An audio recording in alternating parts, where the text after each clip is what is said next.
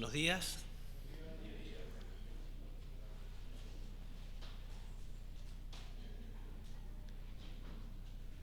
Bueno, es un privilegio para mí, para la familia, para los representantes que vinieron de Hurlingham, poder estar. Llegamos ayer, vimos a algunos hermanos y vemos al resto y nos bendice mucho. Por ahí ustedes piensan que vengo a tener el tiempo de la palabra y bueno, es un privilegio para mí eso, pero también somos muy bendecidos al ver la obra de Dios acá en Santa Teresita, ver lo que Dios hace, ¿no? Nos gozamos mucho cuando vemos lo que Dios hace alrededor nuestro, de oídas vamos sabiendo lo que Dios está haciendo en este lugar y cuando lo vemos nos bendice mucho ver a los hermanos sirviendo, algunos nuevos, otros de la primera vez que vinimos hace años y seguir viendo que están fieles, cada uno haciendo su parte, a nosotros nos bendice mucho. Ayer, antes de cenar, también Pablo nos contaba un poquito, así de manera rápida, la historia, un poquito de la historia. Y bueno, obviamente esa historia nos lleva a glorificar a Dios, porque es la gracia de Dios obrando acá y ahora un grupo reunido, fiel, que pone en alto la palabra de Dios, es de mucha bendición para nosotros. Así que le doy también gracias a Mati y a ustedes por la invitación y por el privilegio de poder estar hoy con ustedes y con el privilegio y la responsabilidad de compartir la palabra. Les invito a que abran sus Biblias en Colosenses capítulo 4, versos 7 al 18, es el final de la carta. Siento que estoy encendido para predicar, pero es por el...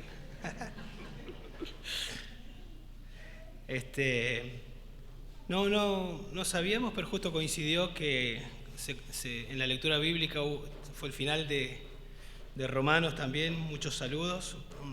Ahora vamos a leer una porción bastante parecida, un poquito menos de saludos, un poquito más chica la lista, pero algo similar. Leo de la Biblia de las Américas, dice en Colosenses capítulo 4, en el verso 7 en adelante, dice así: En cuanto a todos mis asuntos, os informará Tíquico, nuestro amado hermano, fiel ministro y consiervo en el Señor. Porque precisamente para eso os lo he enviado, para que sepáis de nuestras circunstancias y que conforte vuestros corazones. Y con él a Onésimo, fiel y amado hermano, que es uno de vosotros. Ellos os informarán acerca de todo lo que aquí pasa. Aristarco, mi compañero de prisión, os envía saludos, y también Marcos, el primo de Bernabé, acerca del cual recibisteis instrucciones, si va a vosotros recibidle bien, y también Jesús, llamado Justo. Estos son los únicos colaboradores conmigo en el reino de Dios, que son de la circuncisión, y ellos han resultado ser un estímulo para mí. Epafras, que es uno de vosotros, siervo de Jesucristo, os envía saludos, siempre esforzándose intensamente a favor vuestro en sus oraciones, para que estéis firmes, perfectos y completamente seguros en toda la voluntad de Dios, porque le soy testigo de que tiene profundo interés por vosotros y por los que están en la Odisea y en Hierápolis. Lucas, el médico amado, os envía saludos, y también Demas. Saludad a los hermanos que están en la Odisea, también a Ninfas y a la iglesia que está en su casa. Cuando esta carta se haya leído entre vosotros, hacedla leer también en la iglesia de los laodicenses, y vosotros por vuestra parte leed la carta que viene de la Odisea, y decid a Arquipo, cuida el ministerio que has recibido del Señor, para que lo cumplas. Yo, Pablo, escribo este saludo con mi propia mano. Acordaos de mis cadenas. La gracia sea con vosotros.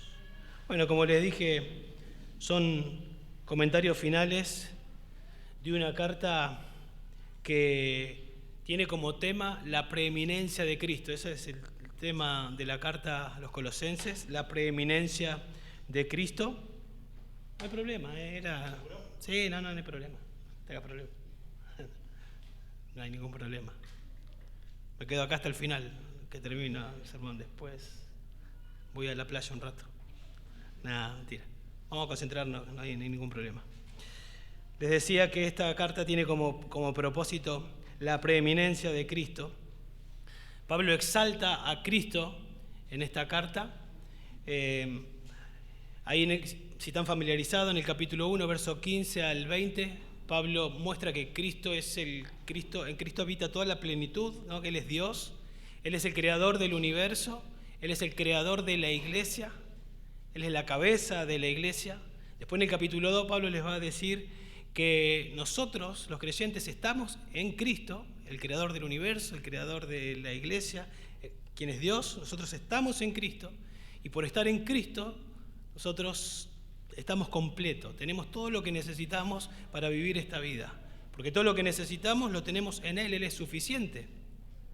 Y entonces cuando llega a la parte práctica, que es capítulo 3 en adelante, Pablo les va a exhortar a los hermanos a que tomen de la plenitud de Cristo, que tomen de la suficiencia de Cristo para sus propias vidas, que sigan aprendiendo de la palabra de Dios, que la palabra de Cristo more en abundancia en ellos, para que ellos crezcan y sean santificados a imagen de Cristo, para que ellos puedan vencer el pecado, para que puedan luchar contra el pecado, para que al ir absorbiendo de Cristo y tomando de las enseñanzas de Cristo, de la palabra de Cristo, su vida lleve fruto y su vida sea una influencia, y que sus vidas se vea, que esta influencia de Cristo se vea en las relaciones con Dios principalmente, en su matrimonio, en el trabajo, en la iglesia y con los inconversos, que la influencia de Cristo, la suficiencia de Cristo, la cual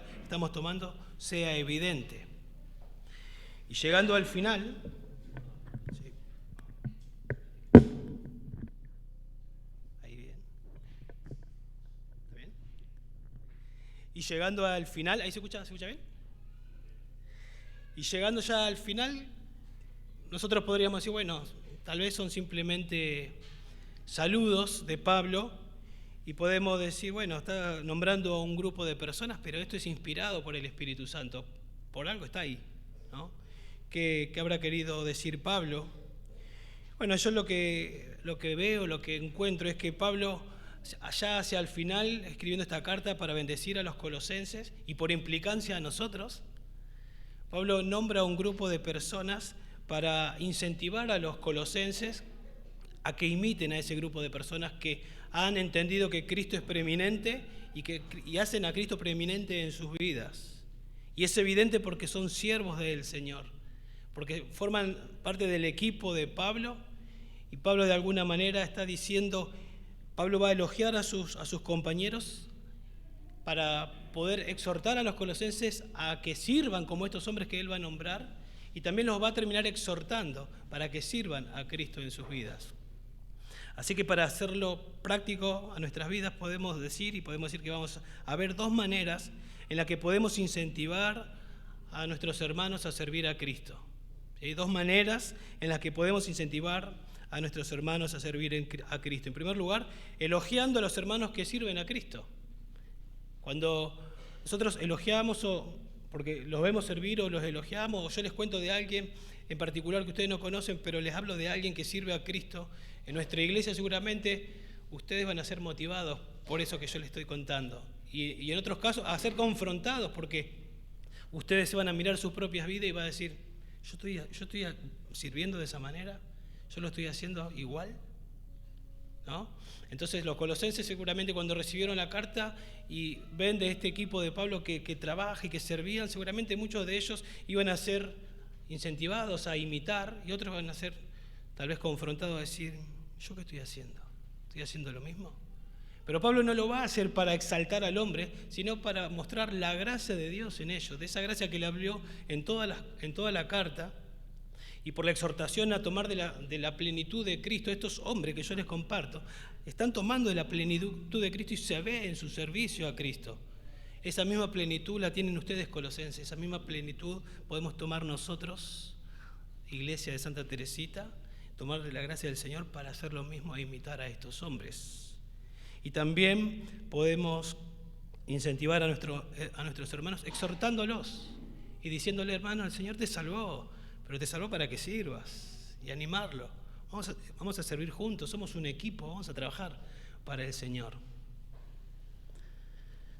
Entonces veamos en primer lugar de qué manera podemos incentivar a nuestros hermanos. Y la primera manera que dijimos es: elogia a tus hermanos o a los hermanos que sirven a Cristo. ¿Sí? Elogia a tus hermanos que sirven a Cristo. En alguna oportunidad ustedes recordarán, Pablo dijo: sed imitadores de mí, pero no terminaba ahí, porque yo soy imitador de Cristo. De alguna manera está diciendo: imiten a estos hombres, pero imiten a estos hombres porque estos hombres imitan a Cristo. Y estas personas que Pablo va a comenzar a nombrar, sin duda inspiraban confianza en él. Leyendo nos damos cuenta que tenía mucha confianza en este grupo de hombres. Personas que ayudaron a Pablo. Nosotros miramos y decimos: qué grande este hombre, qué hombre de Dios, cuando pensamos en Pablo y hablamos de Pablo. Pero Pablo nunca sirvió solo, siempre hubo otros hombres que por ahí pasan desapercibidos. Pero Pablo nunca hubiese podido hacer lo que hizo sin ese grupo, sin esos siervos que el Señor siempre les trajo y con los cuales Él sirvió. Nosotros no debemos servir solo y no se nos manda a ninguna parte a ser llaneros solitarios. De hecho, somos salvados y ¿qué tenemos que hacer? Aprenden en el curso de membresía. Dios tiene planificado que pertenezcamos a una iglesia local donde juntos podamos seguir a la cabeza. Hay un orden, obviamente, diferentes roles, estará el pastor, los pastores, los diáconos, pero todos como un equipo sirviendo al Señor. El Señor nos guía por medio de su palabra. No es cosa de cortarnos y de hacer las cosas solas. En ninguna parte de la Biblia, y menos en el Nuevo Testamento, nos enseña eso. Y para ilustrarlo les comparto Éxodo capítulo 17, verso 8 al 13. Ustedes van a recordar esta porción de la Escritura, dice así: entonces vino Amalec y peleó contra Israel en Refidim. Y Moisés dijo a Josué: escógenos hombres y sal a pelear contra Amalec. Mañana yo estaré sobre la cumbre del collado con la vara de Dios en mi mano. Y Josué hizo como Moisés le dijo y peleó contra Amalec. Y Moisés y Aarón y Hur subieron a la cumbre del collado. Y sucedió que mientras Moisés tenía en alto su mano, Israel prevalecía. Y cuando dejaba caer la mano, prevalecía Amalec. Pero las manos de Moisés se cansaban. Entonces tomaron una piedra y la pusieron debajo de él. Y se sentó en ella, y Aarón y Hur le sostenían las manos, uno de un lado, el otro del otro. Así estuvieron sus manos firmes hasta que se puso el sol. Y Josué deshizo a Amalec y su pueblo a filo de espada. Hubo victoria, pero Moisés solo no podía. Necesitó que lo ayuden y necesitó un equipo, un ejército peleando para obtener victoria para el Señor. Si hubiese estado Moisés solo, tal vez, obviamente, no había victoria. En Números capítulo 11, verso 11 al 15, Moisés clama a Dios. Y escuchen lo que dice Moisés: un corazón humilde. Ese es el corazón que deberíamos imitar todos nosotros. Entonces Moisés dijo al Señor: ¿por qué has tratado tan mal a tu siervo? ¿Y por qué no he hallado gracia ante tus ojos para que hayas puesto la carga de todo este pueblo sobre mí? No era fácil, ustedes saben. ¿Acaso concebí yo a todo este pueblo? ¿Fui yo quien lo dio a luz para que me dijeras: llévalo en tu seno? Como la nodriza lleva al niño de pecho a la tierra que yo juré a tus padres. ¿De dónde he de conseguir carne para dar a todo este pueblo? Porque claman a mí diciendo: danos carne para que comamos. Y esto dice Moisés: yo solo no puedo llevar a todo este pueblo, porque es mucha carga para mí. Y si así me vas a tratar, te ruego que me mates, si he hallado gracia ante tus ojos, y no me permitas ver mi desventura. Ese es el clamor de Moisés: yo no puedo solo, Señor, con todo este pueblo, no puedo. Y escuchen la respuesta del Señor. Entonces el Señor dijo a Moisés: reúneme a 70 hombres de los ancianos de Israel, a quienes tú conozcas como los ancianos del pueblo, y a sus oficiales, y tráelos a la tienda de reunión, y que permanezcan allí contigo. Entonces descenderé y hablaré contigo allí. Tomaré del espíritu que está sobre ti y lo pondré sobre ellos, y llevarán contigo la carga del pueblo para que no la lleves tú solo. Te voy a conceder un grupo de hombres para que te ayuden a llevar y para que trabajen juntos. En capítulo 11, un poquito más adelante, ustedes recordarán que vienen y avisan que hay 2 profetas que están profetizando en el nombre de Dios. Y cuando llegan está Josué y está Moisés, y Josué le dice a Moisés, dile que dejen de hacerlo. Y recuerdan las palabras de Moisés, ¿qué tienes celo de mí? Ojalá todos sean profetas. Ojalá todos tengan la capacidad de proclamar la palabra de Dios. Eso es un corazón humilde, no es alguien que quiere la gloria para sí mismo, que tiene un concepto de que lo que más importa es la gloria de Dios, el avance del Evangelio, y que quiere trabajar en equipo. Eso hace el Evangelio en nuestras vidas. Nos hace humilde. Debería ser así. Luchamos con el orgullo, pero nos hace humildes. Ustedes recordarán ahí en Hechos capítulo 11, cuando hay, después de una persecución, hombres que ni se sabe quién, no se nombra quiénes son, pero hombres que fueron predicando el Evangelio mientras eran perseguidos. Hubo gente que se convirtió en Antioquía, y cuando se convirtió gente en Antioquía, entonces mandan a Bernabé para que vaya a ver, y Bernabé ve que hay gente que se convirtió y dice que se llenó de gozo. Eso es, estaba contento por el avance del Evangelio, y Bernabé no dijo, bueno, ahora yo voy a ser el pastor de toda esta gente. Bernabé dijo, voy a ir a buscar a Pablo. Probablemente sabía que era un buen maestro Pablo, y tal vez mejor que él. Hasta ese momento era Bernabé y Pablo. Él va y busca a Pablo y comienzan a enseñar, y se hace una iglesia poderosa, y a partir de ese momento comienza a ser Pablo y Bernabé. Pero a Bernabé no le interesaba. Lo que le interesaba era que el reino de Dios avance, trabajar en equipo para que la gloria de Dios sea vista. La Biblia nos dice, nos dice ahí en 1 Pedro 4, verso 10, para que entendamos con qué propósito Dios nos salva. Dice, a cada uno de los salvos, Dios nos ha concedido un don, o a lo menos un don. Dios nos salva y nos ha dado un don, y sabemos para qué son los dones. Hace no mucho creo que se enseñó sobre los dones, ¿verdad? A cada uno Dios le ha dado un don, o a lo menos un don, y dice, ministrelo a los demás, úsenlo para ser de bendición a otros, y de esa forma se ve la multigracia de Dios entre ustedes. Entonces Dios les salvó, Dios les manda a estar en una iglesia local, le capacitó con dones para servir. Ministrense como un equipo, para que la gracia de Dios sea vista, para que Dios sea glorificado. ¿Sí? Y eso es lo que se tiene que ver, algo sobrenatural entre nosotros. ¿Sí? Eso es lo que ocurre. Estos hombres que Pablo va a comenzar a nombrar acá no buscaban ser reconocidos, buscaban que el Evangelio sea reconocido. Eso es lo que ellos esperaban. Ellos entendían que ayudando a otros, que siendo de alguna manera estar ahí al lado de Pablo para hacer lo que les toque hacer, estaban sirviendo a Dios, estaban sirviendo a Pablo, estaban ayudando para que el reino de Dios avance, y con eso estaban contentos ellos. Eran personas de valor, vamos a ver, personas de valor, porque Pablo, ustedes saben, cuando escribe Colosenses está preso. Colosenses, Efesios, Filipenses, Filemón, lo escribe desde este encarcelamiento, y no era fácil asociarse con alguien que estaba preso, implicaba cierto riesgo, y estos hombres están ahí, no les interesa el riesgo, están listos ahí a sufrir si eso tiene que ser por el Evangelio y por la causa. Sin dudas, estos hombres tenían mucha convicción, eran creyentes en la mayoría, por lo menos hay uno que después nos entendemos que no es creyente, pero ahí estaba también, eso es interesante.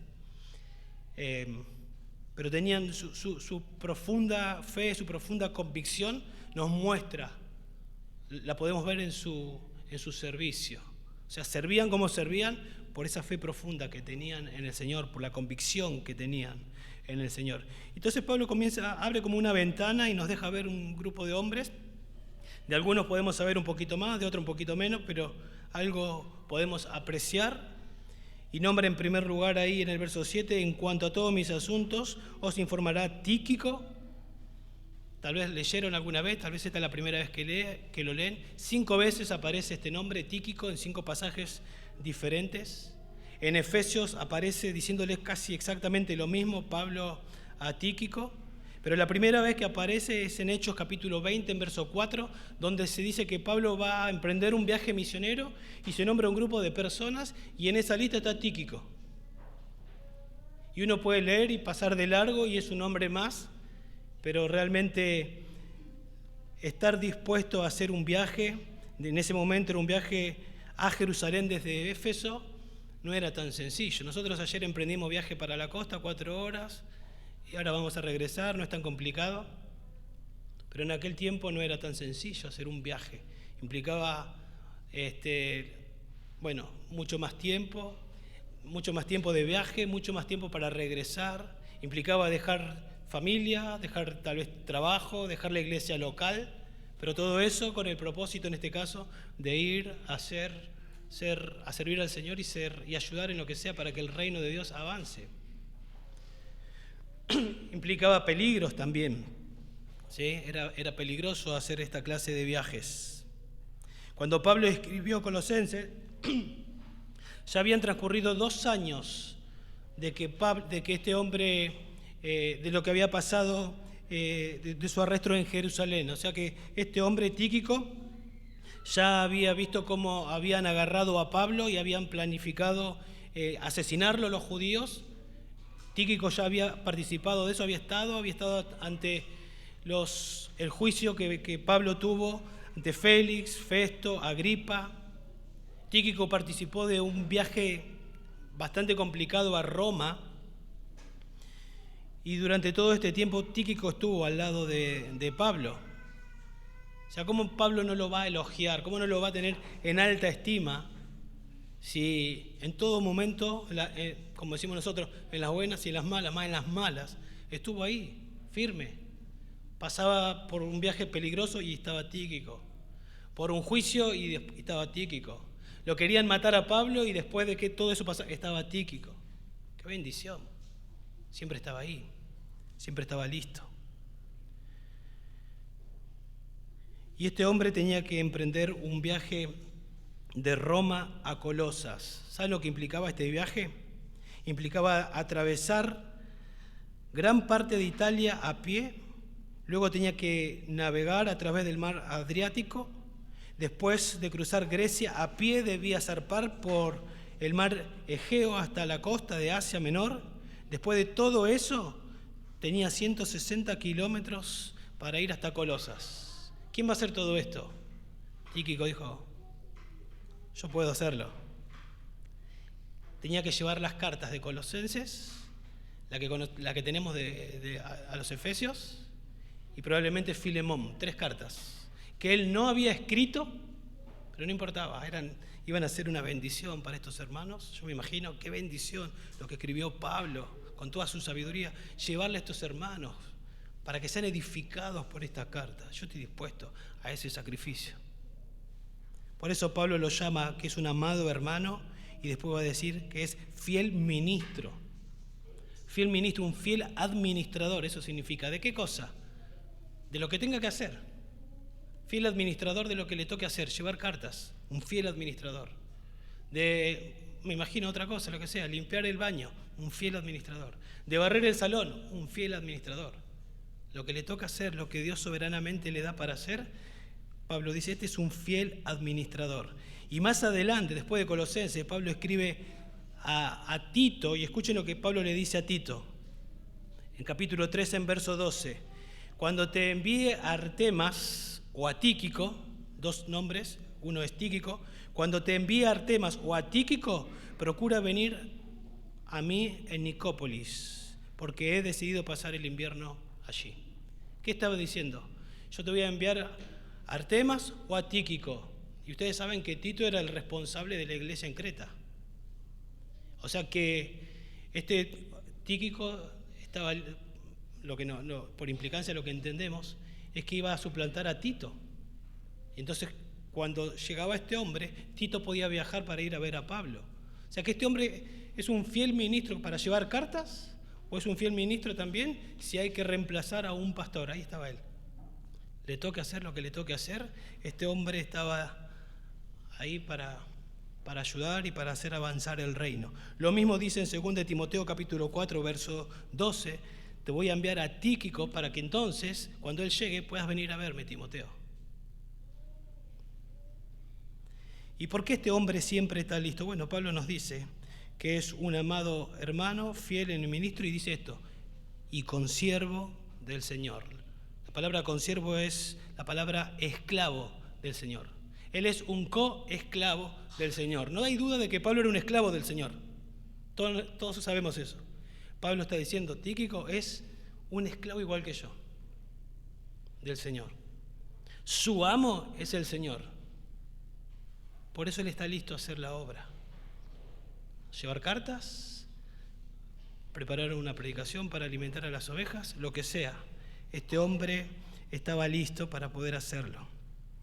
Y este hombre va a ir a ustedes, dice ahí al final, y yo estoy seguro que este hombre va a confortar vuestros corazones. Este hombre va a ser usado para animar y para consolar y para alentarlos a ustedes. En el capítulo 2, versos 1 y 2, Pablo dice que él lucha, agoniza, con el propósito de animar a los colosenses. Yo lucho, agonizo para animarlos a ustedes. Todo lo que yo paso es para el bien de ustedes, es por amor a la iglesia de Cristo, por la cual Cristo murió.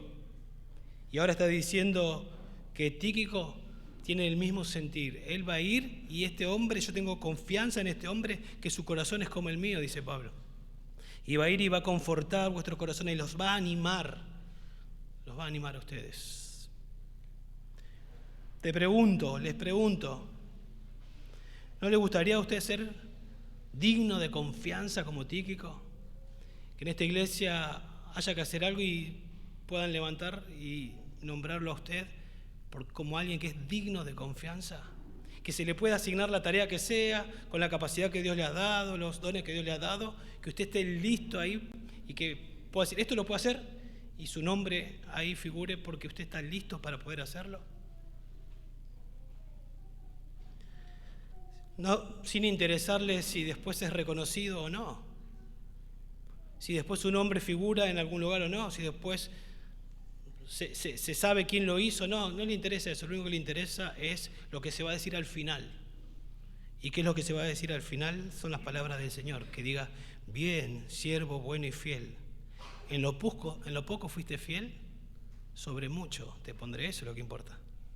Que al final el Señor nos diga eso. Tal vez cuando se piensa en la iglesia de la costa, pensaba yo, a la mente de uno se puede venir los nombres de Matías, de Ezequiel, de Nahuel, de Tato, de Liber y bueno, algunos más. Y tal vez no se vengan muchos nombres más a la mente de nosotros, ¿sí?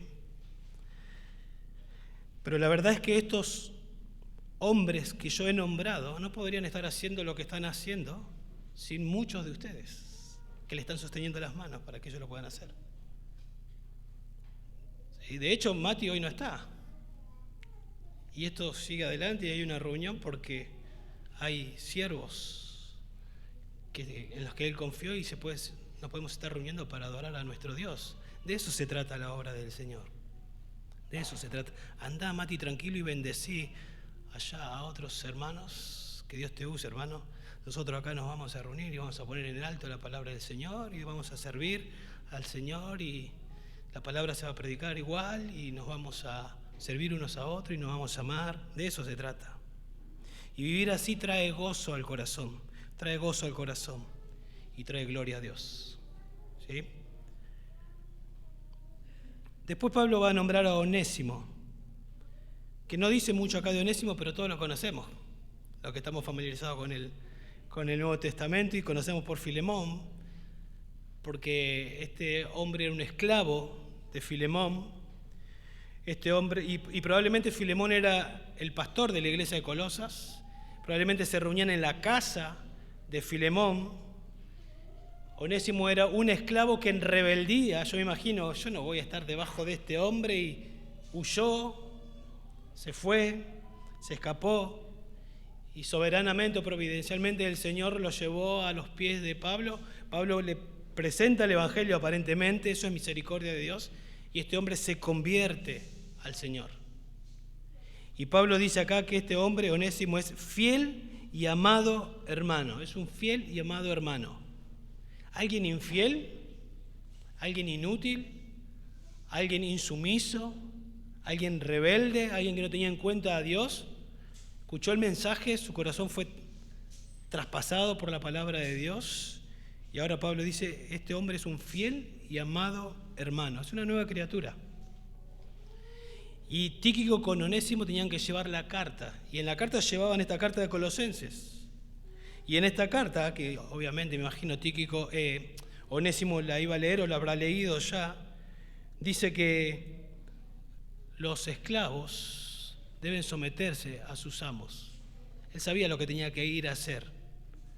Este hombre ahora tenía que ir y entendía que Dios lo había salvado y que ahora tenía que estar en una iglesia local y que tenía que someterse a la lideranza, y él estaba dispuesto a ir y someterse a esta lideranza y estar listo para hacer lo que el Señor le mande hacer en aquel lugar. Yo imagino antes enojado, no voy a estar debajo de este hombre, y ahora su corazón había cambiado y estaba listo para venir y ponerse debajo de este hombre y de la lideranza para servir al Señor. Eso es lo que hace el Evangelio. El Evangelio nos salva y el Evangelio nos trae a nosotros la posibilidad de tener una actitud humilde como la de Cristo. Por eso dice en Filipenses, haya en vosotros esta actitud o esta manera de pensar que hubo también en Cristo. Y lo que empieza a describir es la actitud de humildad. Quien, siendo en forma de Dios, no estimó el ser igual a Dios, sino que descendió ¿para qué? Para servirnos a nosotros. Este hombre, ahora convertido, estaba listo para volver a la iglesia y ponerse debajo de la lideranza con una actitud humilde y servir y ser de bendición al Señor y a los hermanos. Luego va a nombrar a Aristarco.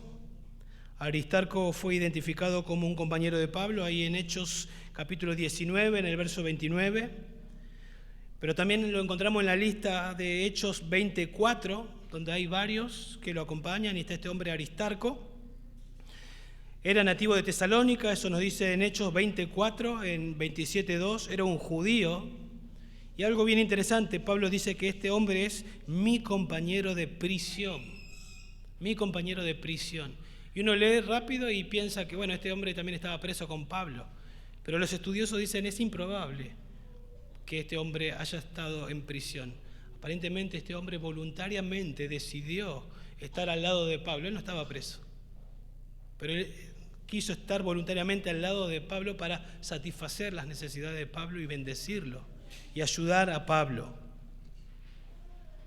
Yo me ponía a pensar que la Biblia dice que Dios consuela nuestros corazones, que Dios dice no temas, nunca te dejaré, no te voy a abandonar, y eso es verdad y todos sabemos, pero muchas veces Dios lo hace de una manera muy notable, y es con hermanos que Él pone al lado nuestro y que nos damos cuenta de que Dios no nos abandona porque hay hermanos ahí que en los momentos difíciles están al lado nuestro.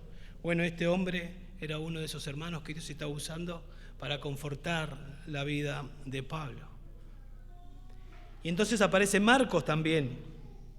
A Marcos nosotros lo conocemos por el Evangelio. Y si leyeron Hechos, también conocen que hay algo ahí de Marcos, ¿verdad?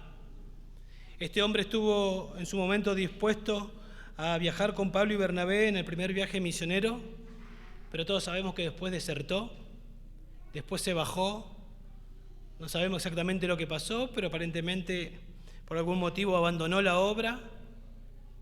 Pablo después no quiso contar con él en un momento, pero acá lo está recomendando. Y está de nuevo ahí para ayudar a Pablo, lo está ayudando y Pablo lo recomienda a Marcos como alguien fiel. O sea, algo pasó en todo ese momento. Y creemos, no lo podemos aseverar, pero creemos, era muy íntimo de Pedro, un hombre que también en algún momento, en el momento más difícil de nuestro Señor, abandonó al Señor negándolo 3 veces, ¿se acuerdan? Pero el Señor no dijo, bueno, ahora ya no me servís más. Después de resucitado, el Señor fue a verlo a Pedro. Pedro fue restaurado y ese hombre comenzó a servir al Señor como nunca antes. Probablemente Pedro, que sabía de lo que era fracasar, tomó a Marcos y lo ayudó a que su vida sea restaurada. Y fue restaurada y ahora este hombre estaba ahí listo para ayudar y para servir otra vez en la obra del Señor y era útil para este hombre Pablo. Así que hayas tenido un traspié en el pasado no debe paralizarte. Yo no conozco la vida de muchos de ustedes, pero tal vez algunos de ustedes dicen, no, yo fracasé en el pasado, yo estaba sirviendo, me pasó esto, me hicieron esto, lo que sea, y por algún momento, por algún motivo estás paralizado sin servir al Señor. No tiene que llegar el final de tus días de esa manera. El Señor te salvó y es una bendición. Y como ya dije, te dio dones para que sirvas, para que le sirvas a Él en el contexto de una iglesia local. La voluntad de Dios es que le sirvas. Restaures tu vida si estás herido, pero comiences a servir. ¿Qué puedo hacer para servir al Señor? ¿De qué manera le puedo servir? Yo quiero hacer algo porque entiendo que el Señor me salvó para eso. ¿Qué puedo hacer para el avance del Evangelio? Y seguramente te van a saber decir lo que tenés que hacer y servir al Señor. Luego se nombra a Jesús acá. No se sabe mucho de Jesús, solamente acá se lo nombra, pero lo poquito que vemos ahí, que este hombre era un judío, y con simplemente saber eso decimos que este hombre realmente está comprometido con la obra de Dios, porque ustedes saben cómo le fue a Pablo cuando dejó el judaísmo para convertirse en un cristiano, en un hijo de Dios. Este hombre era un judío y ahora está identificado con Pablo. No habrá sido fácil para este hombre, para nada. Pero cuando termina ahí el versículo 11, Pablo dice que estos tres hombres, es decir, Aristarco, Marcos y Jesús, dice, estos hombres han resultado ser un estímulo para mí. Estos tres hombres y Jesús acá son una bendición, son un estímulo para mí.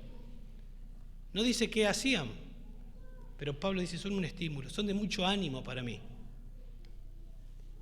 Y es una bendición muchas veces ver a hermanos, yo simplemente verlos y ver que están sirviendo y ver que están preocupados y verlos tener misericordia y verlos en acción, solamente verlos me edifica, porque veo wow, la gracia de Dios en ellos. Veo desarrollando y poniendo en práctica sus dones y solamente verlos me bendice muchísimo. Muchísimo. ¿Sí? Venir, como yo decía, después de años y ver a ciertos hermanos que tal vez acomodando un cable, metiendo leña al fuego, y venir años después y haciendo lo mismo y siempre pasan desapercibidos, ver que están haciendo esas cosas, a mí me bendice. Digo, wow, es la gracia de Dios. Y yo imagino que a ustedes les pasa lo mismo. Y Pablo, lo que hace Pablo acá lo reconoce. Qué lindo es decirle a los hermanos, a estos hermanos, decirle, ¿sabes que eso es una bendición? ¿Sabes que me bendice verte servir al Señor ahí calladito? Tal vez nadie se da cuenta. Y eso que lo sé calladito, me bendice más todavía. Me bendice más. Porque es una bendición, Mati, me imagino, predicando, ¿no? Y está bien, cada tanto que le digan, cuidándole mucho el corazón, eso es una bendición, Mati. Pero no es el único, seguramente acá hay muchísimos que son una bendición.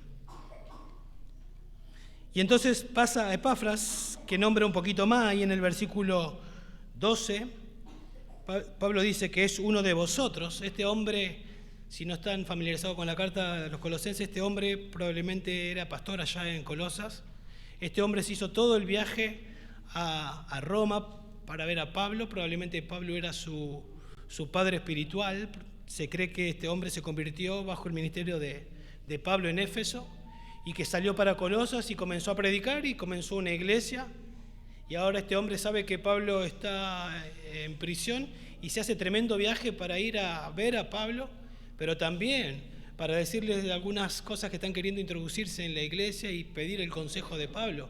Y de ahí surge la carta, esta carta. Es uno de vosotros, dice. Es siervo de Jesucristo. Este hombre es esclavo de Jesucristo. Y noten lo que dice. Este hombre siempre esforzándose intensamente a favor vuestro en sus oraciones. Este hombre siempre esforzándose intensamente. Esa palabra, esforzándose intensamente, es una sola palabra en el original. Y es de donde, para que ustedes tengan una idea de donde surge la palabra agonizar después. Y es utilizada después en Juan 18:36 para hablar de una pelea. Es utilizada en 1 Corintios 9:25 para referirse a una tarea agotadora en la competencia. Es decir, que es una palabra para hablar de un sacrificio, de un esfuerzo intenso de atleta, de pelea. Y Pablo la usa para decir, este hombre se esfuerza intensamente, agoniza por ustedes. Ahora lo tengo yo, es una bendición, está conmigo acá en Roma. Pero cada vez que nos ponemos a orar, no saben cómo ora por ustedes. De manera intensa. Él está muy interesado, muy preocupado por ustedes. Él desea que Cristo sea formado en ustedes. Él les sirve a ustedes cuando está presente, pero cuando no está también les está sirviendo. Él está orando por ustedes.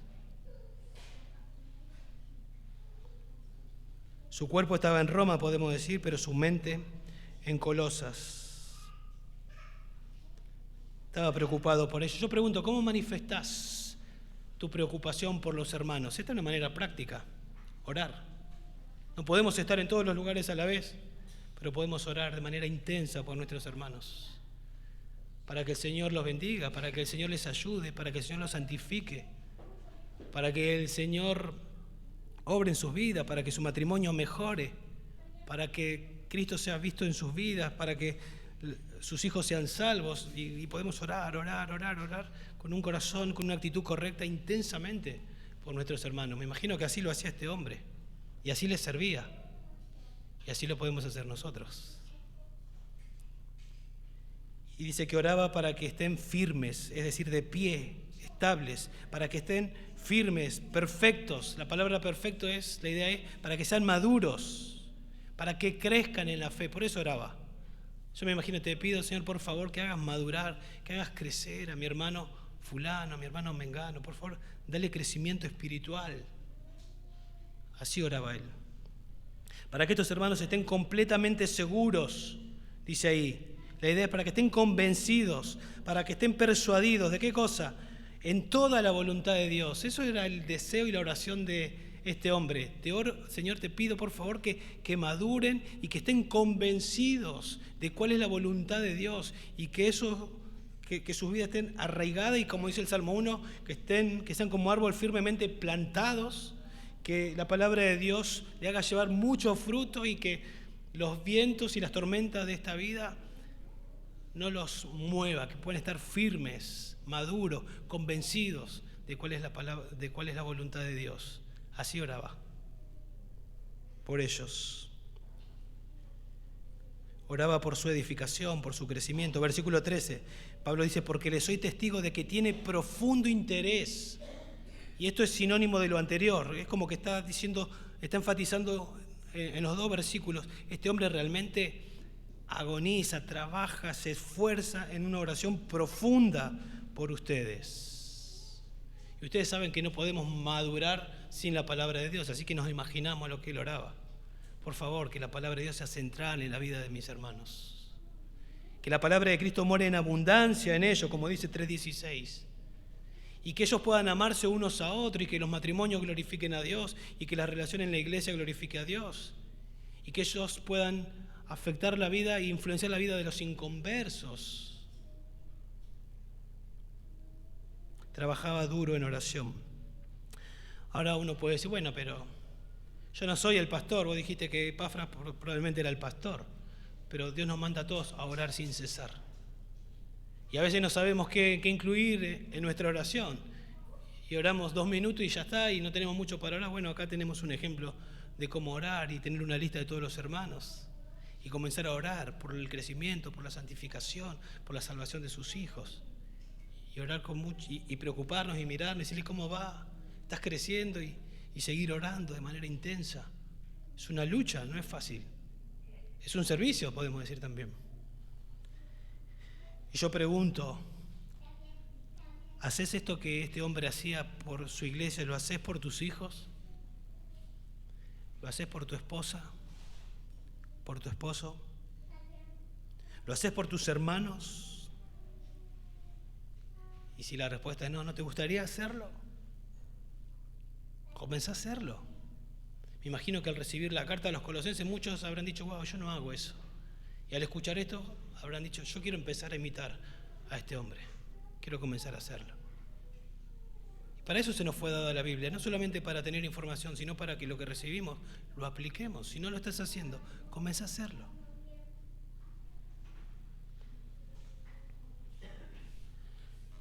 Y dice ahí en el verso 13, porque yo soy testigo de que tiene profundo interés por vosotros Y no solo por ustedes, sino por los que están en Laodicea y en Hierápolis, que son ciudades vecinas de Colosa. Probablemente él fundó y tenía grupos pequeños ahí alrededor también, se reunían en casa, probablemente eran iglesias que él fundó.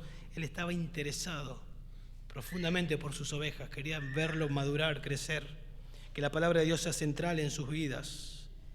Y entonces en el versículo 14 nombra a Lucas, el médico amado, os envía saludos. Todos sabemos que este era un hombre, bueno, acá dice el médico amado, era un médico, era muy culto, muy estudioso, pero sabemos que después de unirse a Pablo en su segundo viaje misionero estuvo con él hasta el final. Aparentemente dejó su oficio para dedicarse a la obra misionera. Y yo no estoy diciendo acá que tenemos que dejar lo que somos para dedicarnos a tiempo completo. Tal vez Dios llama a algunos, ¿no? Pero lo que sí podemos llamar la atención es al compromiso de este hombre, que no divorció su oficio de la obra del Señor. Tal vez estás estudiando, no sé, estás estudiando y tenés por acá tu estudio, tu título, y por acá sirvo al Señor. No tiene que estar separado, juntos. Lo que estás estudiando, pensá de qué manera lo vas a usar para la gloria del Señor. Si coméis o bebéis, o estudiás, o te educás de alguna manera, hacedlo todo para la gloria del Señor y para servir al Señor. Y después simplemente dice, y también Demas. A algunos les suena ese nombre. Y también Demas. Es interesante que solamente dice, y también Demas. Ahí estaba, y era una bendición. O Dios lo estaba usando para bendecir de alguna manera. Pero no dice nada más. Que yo me ponía a pensar, qué complicado hubiese dicho si decía Demas, fiel siervo del Señor. Me hubiese traído un poquito de, ¿cómo fiel siervo del Señor? Pero no dice nada de eso. Dice Demas, aparentemente se sentía bien entre ellos, era bendecido con, ¿no? Como dice, vieron ahí en Corintios 7, que el esposo inconverso, la esposa inconversa, recibe de alguna manera, es santificada en el sentido de que se beneficia de la gracia.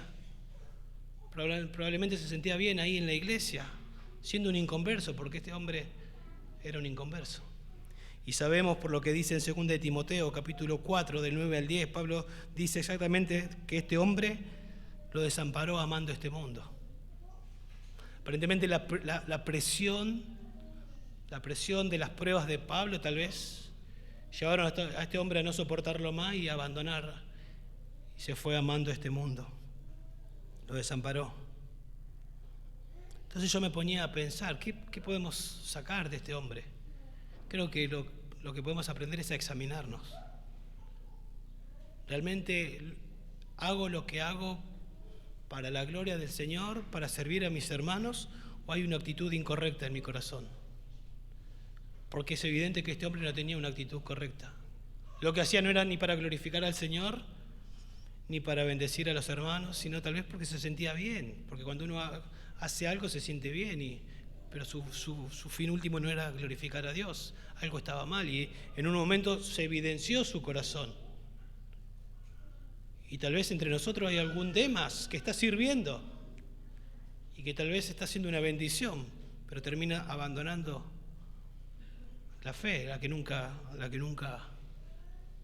fue genuina en su vida. Entonces examinarnos si realmente te has arrepentido de tus pecados, si has confiado en Cristo para salvación y si estás sirviendo como para el Señor.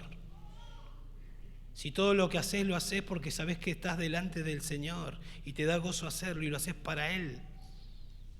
Y servís a los hermanos porque querés bendecirlos a ellos, porque amás al Señor con todo tu corazón, mente y alma, y a tu prójimo como a ti mismo, y con el amor de Dios que fue derramado en tu corazón, amás a Dios y amás a los hermanos. Y vos podés examinarte si realmente eso es así en tu vida.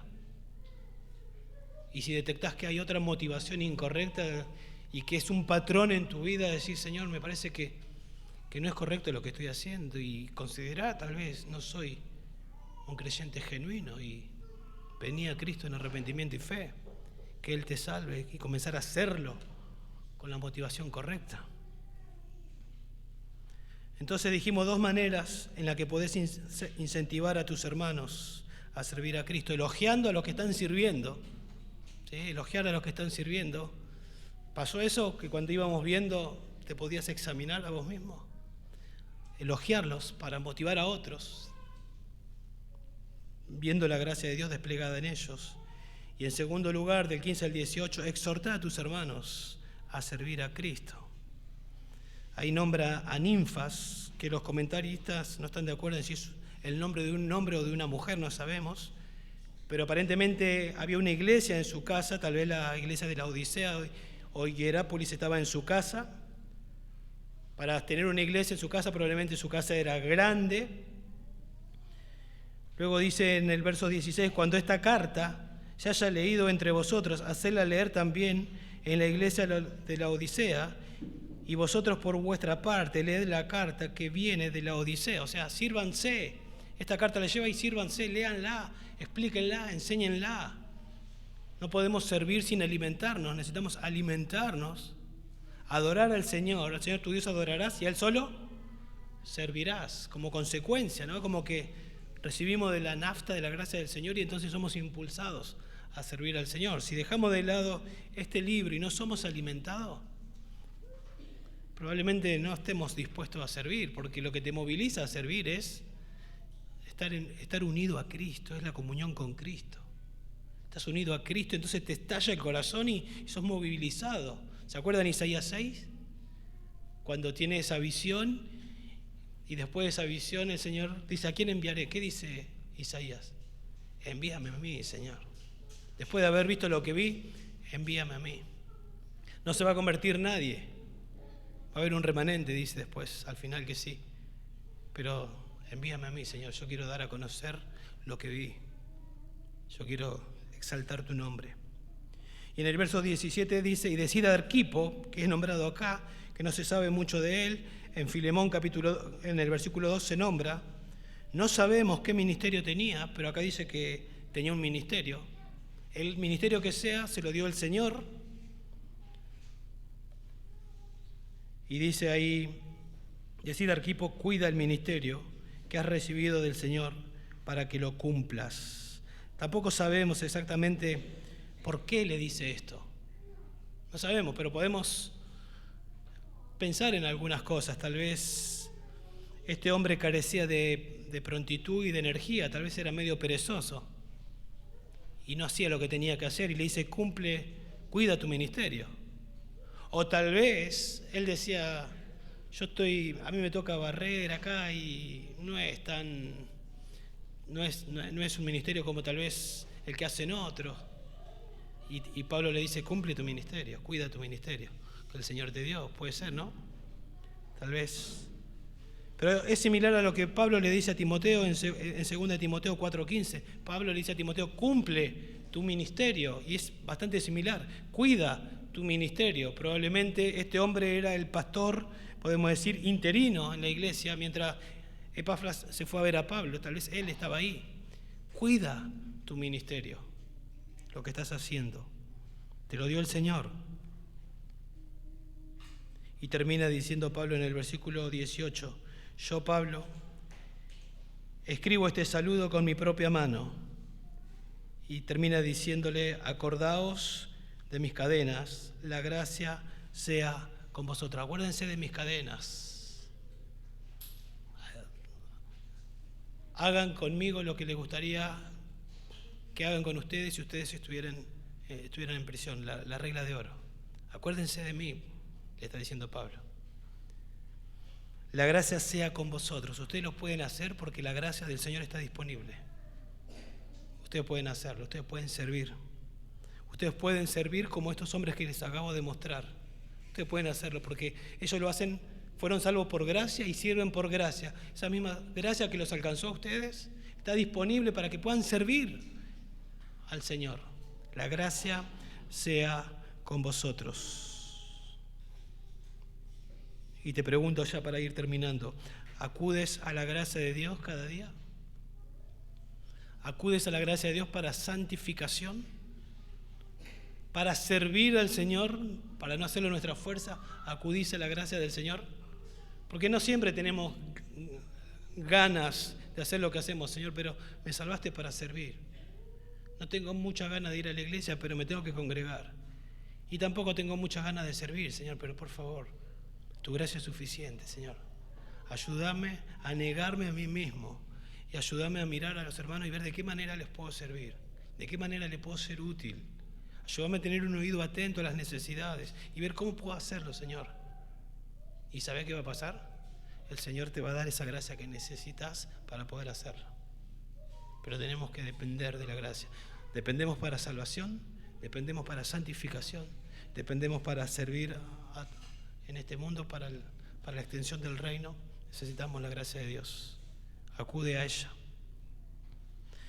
Motívate con el servicio de otros, mira a otros y que no sea para envidiar ni para competir. Míralo y decir, qué bendición la gracia de Dios en este hombre. Y que eso sea una motivación. Motívate entonces con el servicio de otros para imitarlo. Motiva a otros elogiando al hermano. Decir, qué bendición este hermano, ¿viste?